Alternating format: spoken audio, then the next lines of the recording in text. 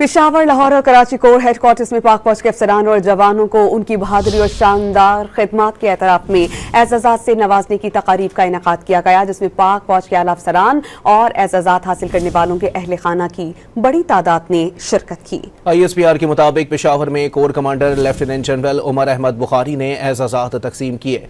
2 शहीद junior commissioned officers और 47 सिपाहियों के रिश्तेदारों ने तमग़ा बिसालत से नवाजा गया।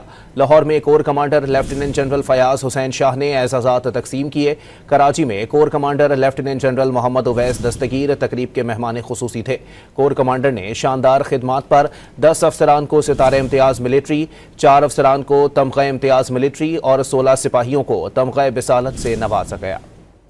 पेशावर, लाहौर और कराची कोर हेडक्वार्टर्स में पाक फौज के अफसरान और जवानों को उनकी बहादुरी और शानदार खिदमत के एतराफ में एजाज़ात से नवाजने की तकारीब का इनेकाद किया गया, जिसमें पाक फौज के आला अफसरान और एजाज़ात हासिल करने वालों के अहले खाना की बड़ी तादाद ने शिरकत की। ISPR के मुताबिक पेशावर में corps commander lieutenant general Umar Ahmad Bukhari ने एजाज़ात तकसीम किए।